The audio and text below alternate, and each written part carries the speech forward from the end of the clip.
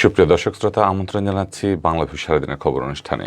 এই অনুষ্ঠানটি সাধারণত আমরা সিলেট সহ সারা দেশে ঘটে যাওয়ার গুরুত্বপূর্ণ ঘটনাগুলোর সংক্ষিপ্ত রূপ আপনাদের সামনে তুলে ধরার চেষ্টা করি। এই অনুষ্ঠানটি আমরা সাধারণত আপনাদের সামনে হাজির হই লাইভের মাধ্যমে। এই মুহূর্তে আমি আপনাদের সাথে লাইভে সংযুক্ত রয়েছি, আমি সত্যজিৎ সিংহ। তাহলে জেনে নেওয়া যাক আজকের গুরুত্বপূর্ণ ঘটনাগুলোর সংক্ষিপ্ত বিবরণ।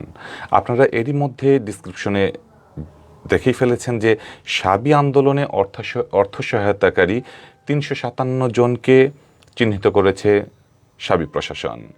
সিলেটের শাহজালাল বিজ্ঞান ও প্রযুক্তি বিশ্ববিদ্যালয়ের একটি হলের প্রভোস্ট কমিটি থেকে শেষ পর্যন্ত উপাচার্যের পদত্যাগের দাবি যেন তিলকে তাল। আন্দোলনটি সারা দেশে ছড়িয়ে দিতে লাখ লাখ টাকার অর্থ যোগানের অভিযোগ। গত ১৯ জানুয়ারি থেকে ২৪ জন শিক্ষার্থী আমরণ অনশনে বসেন। ২২ তারিখ রাতে আরও ৫ জন যোগান দেন সেই অনশনে। সব মিলিয়ে এক জটিল রহস্য আর ইন্ধন কাজ করছিল আন্দোলনের পেছনে, এমনটি ধারণা আইন শৃঙ্খলা রক্ষাকারী বাহিনীর। পর্যবেক্ষণে দেখা যায় আন্দোলনের মাত্রা বেড়ে ঘোলাটে হয়ে ওঠে সাবি পরিস্থিতি। আন্দোলন ছড়িয়ে পড়ছিল পুরো দেশে। অবশেষে আন্দোলনে দাবানলে রূপ নেওয়ার আগে অর্থ সহায়তাকারী হিসেবে ৩৫৭ জনকে চিহ্নিত করে প্রশাসন। এর মধ্যে গ্রেফতার করা হয় ৫ জনকে। তারা সবাই শাবিপ্রবির সাবেক ছাত্র। গ্রেফতারকৃতরা হলেন টাঙ্গাইল জেলার সখীপুর দাড়িপাকা গ্রামের মতিয়ার রহমান খানের ছেলে হাবিবুর রহমান খান, বগুড়া জেলার শিবগঞ্জের থানাধীন লক্ষ্মীকোলা গ্রামের মুইন উদ্দিনের ছেলে রেজানুর মুইন, খুলনা জেলার সোনাডাঙ্গার মিজানুর রহমানের ছেলে AFM নাজমুল সাকিব, ঢাকা মিরপুরের মাজার রোডের জব্বার হাউজিং বি ব্লকের ১৭/৩ বাসার AKM মুশাররফের ছেলে AKM মারুফ হোসেন ও কুমিল্লা জেলার মুরাদনগর থানাধীন নিয়ামতপুর গ্রামের সাদিকুল ইসলামের ছেলে ফয়সাল আহমেদ। এর মধ্যে নাজমুল সাকিব করোনা পজিটিভ হওয়ায় তাকে নগরীর শহীদ শামসুদ্দিন হাসপাতালে ভর্তি করা হয়েছে। বাকি ৪ জনকে বুধবার সন্ধ্যায় আদালতে হাজির করা হয়। তাদের রিমান্ডে নেওয়ার আবেদন করবে পুলিশ। তথ্যটি সিলেট ভিউকে নিশ্চিত করেন সিলেট মেট্রোপলিটন পুলিশের SMP জালালাবাদ থানার ভারপ্রাপ্ত কর্মকর্তা ওসি নাজমুল হুদা খান। পুলিশ সূত্র জানায় সাবির আন্দোলনকে জিয়ে রাখতে অর্থ সহায়তাকারী ৩৫৭ জনকে চিহ্নিত করা হয়েছে। তারা কেন এই আন্দোলন ছড়িয়ে দিতে এত উৎসাহী ছিল তা খুঁজে বের করছে পুলিশ। এছাড়াও এটি কোনো সরকার বিরোধী চক্রান্তের অংশ কিনা, অর্থ যোগানের কারণ, অর্থ যোগান ও ইন্ধনদাতাদের রাজনৈতিক মতাদর্শ, গ্রেফতারকৃতদের রাজনৈতিক পরিচয় ও অর্থ যোগানের কারণ এবং এই আন্দোলনে জামায়াত বিএনপির মদত আছে কিনা তা সহ বিভিন্ন বিষয় মাথায় নিয়ে সিলেট মেট্রোপলিটন পুলিশের একাধিক টিম মাঠে কাজ করছে। সব মিলিয়ে প্রশাসন মনে করছে সাবির এই আন্দোলনকে কোনো পক্ষ পুঁজি করে সরকারকে বেকায়দায় ফেলার পাঁয়তারায় লিপ্ত ছিল। কিন্তু পুলিশ জানায় ব্যাংক ও মোবাইল ব্যাংকিংয়ের মাধ্যমে আন্দোলনরত শিক্ষার্থীদের অর্থ সহায়তা দেয় ৩৫৭ জনকে চিহ্নিত করেছে আইন শৃঙ্খলা রক্ষাকারী বাহিনী। এ ঘটনায় সোমবার শাবিপ্রবির সাবেক ৫ ছাত্রকে ঢাকার বিভিন্ন স্থান থেকে পুলিশের অপরাধ তদন্ত বিভাগের CID একটি টিম গ্রেফতার করে। পরে তাদের সিলেট মেট্রোপলিটন পুলিশ SMP'র কাছে হস্তান্তর করে CID। পুলিশের দাবি, গ্রেফতারকৃতরা মোবাইল ব্যাংকিংয়ের মাধ্যমে আন্দোলনকারী শিক্ষার্থীদের খাবার ও চিকিৎসার জন্য বড় অঙ্কের টাকা দিয়েছেন। এদিকে অর্থ সহায়তা দেওয়ার জন্য শাবিপ্রবির সাবেক ও বর্তমান শিক্ষার্থীদের নিয়ে খোলা Facebook group forum for sustain food and fair delete করে দেওয়া হয়েছে। অর্থ সহায়তা নেওয়া মোবাইল নাম্বারগুলো সোমবার থেকে বন্ধ। আন্দোলনকারী আরিফুল ইসলাম বলেন, আন্দোলনে বিশ্ববিদ্যালয়ের সাবেক বর্তমান শিক্ষার্থীদের আর্থিক সহায়তা দেওয়ার সব মোবাইল ব্যাংকিং নম্বর সোমবার দুপুরের পর থেকে কাজ করছে না। ওই মুঠোফোন নম্বরগুলো সংযোগ বিচ্ছিন্ন করে দেওয়া হয়েছে। সিলেট মহানগর পুলিশের কমিশনার নিসারুল আরিফ এ বিষয়ে সিলেট ভিউকে বলেন, কয়েকটি গুরুত্বপূর্ণ বিষয় মাথায় নিয়ে কাজ করছে পুলিশ। এই আন্দোলনকে চাঙা করার নেপথ্যে কি, কেন এত অর্থ সহায়তা, এর পেছনে কিভাবে এবং কোন কারণে এত লোক জড়িত হলো, এসব খতিয়ে দেখা হচ্ছে। তিনি বলেন, এই আন্দোলনে ৩৫৭ জন অর্থ সহায়তা দিয়েছেন। তাদের পরিচয় চিহ্নিতকরণের চেষ্টা করা হচ্ছে। আন্দোলনে রাজনৈতিক ইন্ধন আছে কিনা তাও খতিয়ে দেখা হবে। উল্লেখ্য, টানা ৭ দিন অনশন কর্মসূচি পালনের পর শাবিপ্রবির ২৮ জন শিক্ষার্থী অধ্যাপক ডক্টর মোহাম্মদ জাফর ইকবালের অনুরোধে বুধবার সকালে অনশন ভেঙেছেন। নিজ হাতে শিক্ষার্থীদের পানি পান করিয়ে অনশন ভাঙান জাফর ইকবাল ও তার স্ত্রী। তবে এ সময় বিশ্ববিদ্যালয়ের কোনো শিক্ষক উপস্থিত ছিলেন না শিক্ষক সমিতির কোনো সদস্য। বুধবার সকাল 10টা 20 মিনিটে জাফর ইকবালের সাথে তার স্ত্রী অধ্যাপক ডক্টর ইয়াসমিন হক ছিলেন। বিশ্ববিদ্যালয়ের ইলেকট্রিক্যাল অ্যান্ড ইলেকট্রনিক ইঞ্জিনিয়ারিং বিভাগের এক শিক্ষার্থী জানান, অনশন ভাঙার সময় কোনো শিক্ষক বা শিক্ষক সমিতির কাউকে ডাকা হয়নি। আর এদিকে চেষ্টা তো অনেকেই করলেন, কিন্তু শিক্ষামন্ত্রী, আওয়ামী লীগের কেন্দ্রীয় নেতা, স্থানীয় আওয়ামী লীগ নেতৃবৃন্দ, শিক্ষক সমিতির নেতৃবৃন্দ, সাধারণ শিক্ষকবৃন্দ কিন্তু কারো কথা শুনল না শিক্ষার্থীরা। অবশেষে জাফর ইকবালের বাজিমাত, এ যেন ম্যাজিক ম্যান। সামাজিক যোগাযোগ মাধ্যমে এই কথাগুলো লিখে পোস্ট করেছেন একজন। সিলেটের শাহজালাল বিজ্ঞান ও প্রযুক্তি বিশ্ববিদ্যালয়ের অনশনরত শিক্ষার্থীদের অনশন ভাঙাতে অধ্যাপক জাফর ইকবাল সফল হওয়ার পর এই কথাগুলো লিখেছেন। সাবিতে 13 জানুয়ারি রাতে শুরু হয় আন্দোলন, 19 জানুয়ারি বিকাল থেকে শুরু হয় অনশন। অবশেষে আজ বুধবার প্রায় 163 ঘন্টা পর অনশন ভেঙেছেন শিক্ষার্থীরা। সাবির সাবেক 2 শিক্ষক অধ্যাপক মোহাম্মদ জাফর ইকবাল ও অধ্যাপক ইয়াসমিন হকের চেষ্টায় তারা অনশন ভাঙেন। এ দম্পতি গতকাল রাতে ঢাকা থেকে রওনা দেন। আজ বুধবার ভোরে তারা ক্যাম্পাসে পৌঁছান। সংশ্লিষ্টদের মতে শিক্ষার্থীদের অনশন ভাঙাতে জাফর ইকবাল যে ম্যাজিক ম্যান হিসেবে কাজ করেছেন তা ঘটনা প্রবাহই বলে দেয়।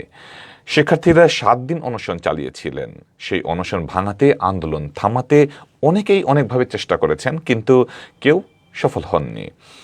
শিক্ষামন্ত্রী ডক্টর দীপুমণি কয়েক দফায় আলোচনা টেবিলে বসতে আহ্বান জানিয়েছিলেন, কিন্তু এতেও কোনো সফল হয়নি। তিনি একবার ফোন কলে শিক্ষার্থীদের সঙ্গে কথা বলেন, আরেকবার ভিডিও কলে কথা বলেন, কিন্তু তার আহ্বানে সাড়া দেয়নি শিক্ষার্থীরা। আওয়ামী লীগের কেন্দ্রীয় সাংগঠনিক সম্পাদক সৈফুল আলম নাদেল স্থানীয় কয়েকজন দলীয় নেতাকে সঙ্গে করে একাধিকবার চেষ্টা করেছেন শিক্ষার্থীদের আন্দোলন থেকে সরিয়ে আনতে, তাদের অনশন ভাঙাতে, কিন্তু তারা এতেও সফল হয়নি। সাবির শিক্ষক সমিতির সভাপতি তুলসী কুমার দাস, সাধারণ সম্পাদক মহিবুল ইসলাম, সহসভাপতি আশরাফুল ইসলামরা মিলে শিক্ষার্থীদের জন্য খাবার নিয়ে গেছেন, তাদের অনশন ভাঙতে অনুরোধ করেছেন, কিন্তু এতেও কোনো সাড়া মেলেনি। সাবির কয়েক শত শিক্ষক একযুগে শিক্ষার্থীদের কাছে গিয়ে অনশন ভাঙাতে আহ্বান জানিয়েছেন, কিন্তু তবুও কাজ হয়নি। এছাড়া সিলেটের 2 আসনের সাংসদ মোকাব্বির খান, সিসি কাউন্সিলর আজাদুর রহমান আজাদ, ইলিয়াসুর রহমান ইলিয়াস, মুখলিসুর রহমান কামরান সহ সামাজিক, সাংস্কৃতিক, রাজনৈতিক সংগঠনের অনেকেই শিক্ষার্থীদের অনশন ভাঙানোর চেষ্টা করেন, কিন্তু কারো আহ্বানে সাড়া দেননি শিক্ষার্থীরা। উপাচার্য অধ্যাপক ফরিদ উদ্দিন আহমেদের পদত্যাগের দাবিতে তারা ছিলেন অনড়। তার পদত্যাগ বা অপসারণ না হলে কিছুই খাবেন না বলে ঘোষণা দেন তারা। অনশনরত অনেক শিক্ষার্থী অসুস্থ হয়ে হাসপাতালেও ভর্তি হন, কিন্তু তাদেরকে কিছু খাওয়াতে পারেননি চিকিৎসকরা। শুধুমাত্র স্যালাইনের জোরে টিকেছিলেন এসব শিক্ষার্থীরা। কিন্তু ক্রমেই খারাপের দিকে যাচ্ছিল তাদের শারীরিক অবস্থা। কেউ মারা যায় কিনা সেই ভয় জেঁকে বসেছিল সবার মনে। সূত্রমতে অদ্ভুত পরিস্থিতিতে সাবেক দম্পতি অধ্যাপক জাফর ইকবাল ও অধ্যাপক ইয়াসমিন হক দম্পতির শরণাপন্ন হন সরকারের একটি মহল। গতকাল মঙ্গলবার ঢাকায় জাফর ইকবালের বাসায় যান উচ্চপদস্থ কয়েকজন কর্মকর্তা। পরিস্থিতি সামাল দিতে কি করা যায় এ নিয়ে আলোচনা করেন উনারা। এই দম্পতির পরামর্শ এর সাথে সাহায্য চান। সেখানেই ঠিক হয় জাফর ইকবাল ও ইয়াসমিন হক সাবিতে যান। পরে আন্দোলনরত শিক্ষার্থীদের সঙ্গে জুমের মাধ্যমে বৈঠক করেন এই শিক্ষক দম্পতি। শিক্ষার্থীরা দ্রুত সাবিতে আসতে অনুরোধ জানান তাঁদেরকে। এ প্রেক্ষিতেই গতকাল রাতে ঢাকা থেকে রওনা দেন তারা। আজ বুধবার গভীর রাতে 3:54 জাফর ইকবাল ও ইয়াসমিন হক সাবির প্রধান ফটকে পৌঁছেন। এরপর 4টার দিকে তারা যান অনশন স্থলে। সেখানে আন্দোলনরতদের সঙ্গে কথা বলেন জাফর ইকবাল। অনশনকারীদের উদ্দেশ্যে তিনি বলেন, তোমরা জানো না কত বড় আন্দোলন তোমরা করেছ। এখন সব বিশ্ববিদ্যালয় কাঁপছে। তোমরা যেটা চেয়েছো সেটা পাবে। এটা তোমাদের ক্যাম্পাস। তোমরা যেভাবে সাজাতে চাও এই ক্যাম্পাস সেভাবে সাজানো হবে, কিন্তু এখন অনশন ভাঙতে হবে। তোমাদের আন্দোলনের কারণে 34 জন ভাইস চ্যান্সেলরের ঘুম নেই। তোমরা অনশন না ভাঙলে আমিও যাব না, এখানেই থাকবো, তোমাদের না খাইয়ে আমি যাব না। শিক্ষার্থীরা পুলিশের মামলার কথা বললে জাফর ইকবাল বলেন, চিন্তা করো না, সব ঠিক হয়ে যাবে, আমি আশ্বাস দিচ্ছি, মামলা প্রত্যাহার হবে। তিনি শিক্ষার্থীদের বলেন, বঙ্গবন্ধুর জন্মশতবার্ষিকীর একটা স্মারক গ্রন্থের জন্য আমার কাছে একটা লেখা চাওয়া হয়েছিল। সেই লেখাটার জন্য প্রধানমন্ত্রীর কার্যালয় থেকে আমাকে 10,000 টাকা সম্মানী দেওয়া হয়েছে। আমি এই সম্মানের টাকাটা নিয়ে এসেছি, এই আন্দোলনের ফান্ডে টাকাটা দিচ্ছি, তোমরা রাখো, এবার পারলে আমাকে অ্যারেস্ট করুক। এরপর আজ সকাল 10:20 অনশনরতদের পানি পান করিয়ে অনশন ভাঙান জাফর ইকবাল। শেষ হয় প্রায় 163 ঘন্টার রুদ্ধশ্বাস প্রতীক্ষা। যারা চেষ্টা করেছেন তারা ব্যর্থ হলেও অধ্যাপক জাফর ইকবাল ও ইয়াসমিন হক সফলতা নিয়েই ফিরেছেন ঢাকায়। সাবির আন্দোলনের শুরুটা হয় বেগম সিরাজুন্নেসা চৌধুরী হলের প্রভোস্টের অসদাচরণের প্রতিবাদে গত 13 জানুয়ারি রাতে। গত 15 জানুয়ারি আন্দোলনরতদের ওপর ছাত্রলীগ নেতাকর্মীরা হামলা চালায় বলে অভিযোগ ওঠে। হলের প্রভোস্টের অপসারণ, অব্যবস্থাপনা দূর, ছাত্রলীগের হামলার বিচার চেয়ে পরদিন সকল শিক্ষার্থী আন্দোলনে সামিল হন। সেদিন উপাচার্যকে অবরুদ্ধ করেন শিক্ষার্থীরা। তাকে মুক্ত করতে গেলে পুলিশকে বাধা দেন শিক্ষার্থীরা। এতে উভয় পক্ষের সংঘর্ষ হয়। সংঘর্ষে অর্ধশতাধিক আহত হন। পুলিশ রাবার বুলেট ও গ্রেনেড নিক্ষেপ করে। 16 জানুয়ারি পুলিশ শিক্ষার্থী সংঘর্ষের ওই ঘটনায় 2 থেকে 300 অজ্ঞাত শিক্ষার্থীর বিরুদ্ধে পরদিন রাতে মামলা করে পুলিশ। মামলার এজাহারে পুলিশ লেখেন, সেদিন শিক্ষার্থীরা পুলিশের ওপর গুলি ছুড়লেও এ মামলার প্রত্যাহারের মঙ্গলবার রাত 10টা পর্যন্ত আলটিমেটাম দিয়েছিলেন শিক্ষার্থীরা, তবে মামলা প্রত্যাহার হয়নি। 16 জানুয়ারি সংঘর্ষের পর আন্দোলন উপাচার্য বিরোধী রায় রূপ নেয়। গত 18 জানুয়ারি রাতে শিক্ষার্থীরা উপাচার্যকে পদত্যাগ করতে 9 জানুয়ারির দুপুর উপাচার্যকে পদত্যাগ করতে 19 জানুয়ারির দুপুর 12টা অবধি সময় বেঁধে দেন। এ সময়ের মধ্যে তিনি পদত্যাগ না করায় পূর্ব ঘোষণা অনুসারে শিক্ষার্থীরা আমরণ অনশন শুরু করেন 24 শিক্ষার্থী। এর মধ্যে একজনের বাবা অসুস্থ হয়ে পড়ায় তিনি বাড়ি চলে যান, আর পরে আরও 5 জন তাদের সঙ্গে যোগ দেন। তাদের অনশন শেষ হলো আজ বুধবার সকালে। এর মধ্যে শিক্ষামন্ত্রীর আহ্বান, আওয়ামী লীগ নেতাদের তৎপরতা, ভিসির বাসভবন ঘেরাও ও বিদ্যুতের সংযোগ বিচ্ছিন্ন করা, খাবার নিয়ে ভিসি ভবনে যেতে বাধা, পুনরায় বিদ্যুতের সংযোগ প্রদান, খাবার নিতে যেতে বাধা না দেওয়া সহ নানা ঘটনা ঘটে। আর এদিকে সিলেট নগরীর উপশহর ও ধুপাদিঘির পাড় এলাকায় অভিযান চালিয়ে অবৈধ বিদ্যুতের লাইনের সংযোগ স্থাপন ও ব্যবহার এবং সড়ক দখল করে বেআইনিভাবে ব্যবসা পরিচালনার অপরাধে 6 ব্যক্তির বিরুদ্ধে মামলা করেছেন সিলেট সিটি কর্পোরেশনের ভ্রাম্যমাণ আদালত। এ সময় তাদের কাছ থেকে 30,000 টাকা জরিমানাও আদায় করা হয়। সিসিক জানায়, বুধবার দুপুরে নগরীর ধোপাদিঘির পাড় এলাকায় ফুটপাত ও সড়ক দখলমুক্ত করার সময় ভ্রাম্যমাণ আদালতের অভিযানে বল প্রয়োগ এবং বাধা প্রদানের অপরাধে এক ব্যক্তিকে 2 মাসের কারাদণ্ড দেন ভ্রাম্যমাণ আদালত। সিসিকের রাজস্ব কর্মকর্তা ও এক্সিকিউটিভ ম্যাজিস্ট্রেট মোহাম্মদ মতিউর রহমান খান এবং এক্সিকিউটিভ ম্যাজিস্ট্রেট সুনন্দা রায়ের ভ্রাম্যমাণ আদালত এই অভিযান পরিচালনা করেন। অভিযানে সিলেট মেট্রোপলিটন পুলিশের একটি দল ও সিসিকের সংশ্লিষ্ট শাখার কর্মকর্তাগণ উপস্থিত ছিলেন।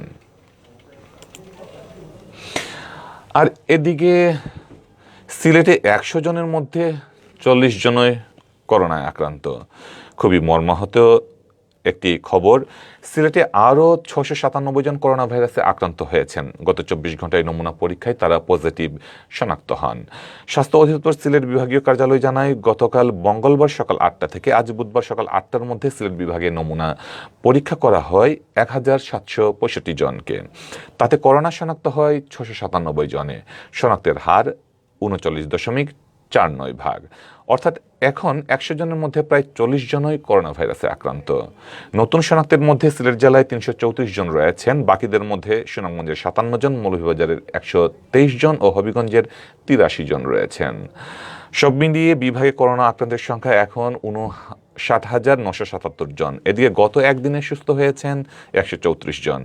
সব মিলিয়ে সুস্থতার সংখ্যা এখন 50,829 জন। বিভাগে মারা গেছেন 1,193 জন। বর্তমানে হাসপাতালে ভর্তি আছেন 198 জন করোনা রোগী, তন্মধ্যে 12 জন আছেন আইসিইউতে। আর এদিকে দেশের করোনায় একদিনে শনাক্ত 15,527 জন। দেশে গত 24 ঘন্টায় এই ভাইরাসে নতুন করে আরও 15,527 জন করোনা রোগী শনাক্ত হয়েছেন। এতে করে দেশে করোনা রোগী শনাক্তের সংখ্যা বেড়ে দাঁড়িয়েছে 17,31,524 জনে। একই সময়ে 17 জনের মৃত্যু হয়েছে। এ নিয়ে দেশে করোনায় মৃতের সংখ্যা বেড়ে দাঁড়িয়েছে 28,273 জনে। বুধবার বিকালে স্বাস্থ্য অধিদপ্তরের সংবাদ বিজ্ঞপ্তিতে এসব তথ্য জানানো হয়েছে। বিজ্ঞপ্তিতে বলা হয়েছে, গত 24 ঘন্টায় নমুনা পরীক্ষা হয় 49,073 জনের। পরীক্ষার বিপরীতে শনাক্তের হার 31.64%। গত 24 ঘন্টায় সুস্থ হয়েছেন 1,052 জন। করোনা সংক্রমণ শুরুর পর থেকে এ পর্যন্ত মোট সুস্থ হয়েছেন 15,60,006 জন। এর আগে মঙ্গলবার করোনা আক্রান্ত হয়ে 18 জনের মৃত্যু হয়েছিল। এদিন ভাইরাসটিতে শনাক্ত হয়েছিলেন 16,033 জন। আর এখন আমি একটি আন্তর্জাতিক খবর আপনাদের সামনে তুলে ধরব। ইউক্রেনে হামলা হলে ভয়ঙ্কর যুদ্ধ হবে, বদলে যাবে পৃথিবী, বলেছেন আমেরিকার প্রেসিডেন্ট জো বাইডেন। মার্কিন প্রেসিডেন্ট জো বাইডেন আবারও কঠিন হুঁশিয়ারি দিলেন রাশিয়াকে। তিনি বলেছেন, রাশিয়া যেভাবে আগ্রাসন দেখাচ্ছে তার পরিণতি ভালো হবে না। ইউক্রেন দখলের চেষ্টা করলে ভয়ঙ্কর যুদ্ধ বেঁধে যাবে, ফলে বিশ্বযুদ্ধের পরিস্থিতি তৈরি হবে, বিশ্ব কূটনীতির ভারসাম্য নষ্ট হবে, গোটা পৃথিবী বদলে যাবে। আজ বুধবার এক সংবাদ মাধ্যমকে তিনি এমনটাই জানিয়েছেন। যুক্তরাষ্ট্র জানিয়েছে 8,000 সেনাকে রাশিয়ার সীমান্তের কাছে মোতায়েন করে রাখা হয়েছে। প্রয়োজনে সেনার সংখ্যা বাড়ানো হবে। নেটো বাহিনীও রুশ সীমান্তের কাছে যুদ্ধ বিমান ও যুদ্ধজাহাজ মোতায়েন করেছে। চলতি বছরের গোড়া থেকে তাদের সীমান্তে রাশিয়া অন্তত 1 লক্ষ সেনা মোতায়েন করে রেখেছে বলে অভিযোগ করে আসছে ইউক্রেন। যে কোনো সময়ে মস্কো তাদের উপরে হামলা চালিয়ে গোটা ইউক্রেন দখল করে নেবে বলেও আশঙ্কা করা হচ্ছে। দু দেশের সীমান্তে স্থিতিশীলতা বজায় রাখতে মধ্যস্থতাকারীর ভূমিকা নিতে দেখা গিয়েছে যুক্তরাষ্ট্রকে। দুই রাষ্ট্রপ্রধানের একাধিকবার বৈঠকও হয়েছে। হোয়াইট হাউস একটি বিবৃতি জানিয়েছে, প্রেসিডেন্ট বাইডেনের প্রশাসন এবং তার ইউরোপীয় মিত্রশক্তি ইউক্রেন সীমান্তে রুশ আগ্রাসন নিয়ে অত্যন্ত উদ্বিগ্ন। রাশিয়াকে বলা হয়েছে সামরিক আগ্রাসনের নীতি ছেড়ে অবিলম্বে কূটনৈতিক আলোচনার রাস্তায় হাঁটতে। রাশিয়ার সমঝোতার পথে না গেলে নিষেধাজ্ঞা চাপাতে বাধ্য হবে যুক্তরাষ্ট্র। এমনকি 2014 সাল থেকে রাশিয়ার বিরুদ্ধে যেসব আর্থিক নিষেধাজ্ঞা তুলে নেওয়া হয়েছিল সেগুলো ফিরিয়ে আনা হবে বলে হুঁশিয়ারিও দিয়েছে যুক্তরাষ্ট্র। প্রয়োজনে জার্মানির সঙ্গে রাশিয়ার গ্যাস সরবরাহ চুক্তিও স্থগিত রাখা হতে পারে। এই চুক্তি স্থগিত হয়ে গেলে আন্তর্জাতিক বাণিজ্যে বড় ধাক্কা খাবে রাশিয়া সরকার। সুপ্রিয় দর্শক শ্রোতা, এই ছিল আমাদের কাছে এখনকার মতো গুরুত্বপূর্ণ সংবাদগুলোর সংক্ষিপ্ত রূপ। আমাদের সাথে থাকার জন্য ধন্যবাদ।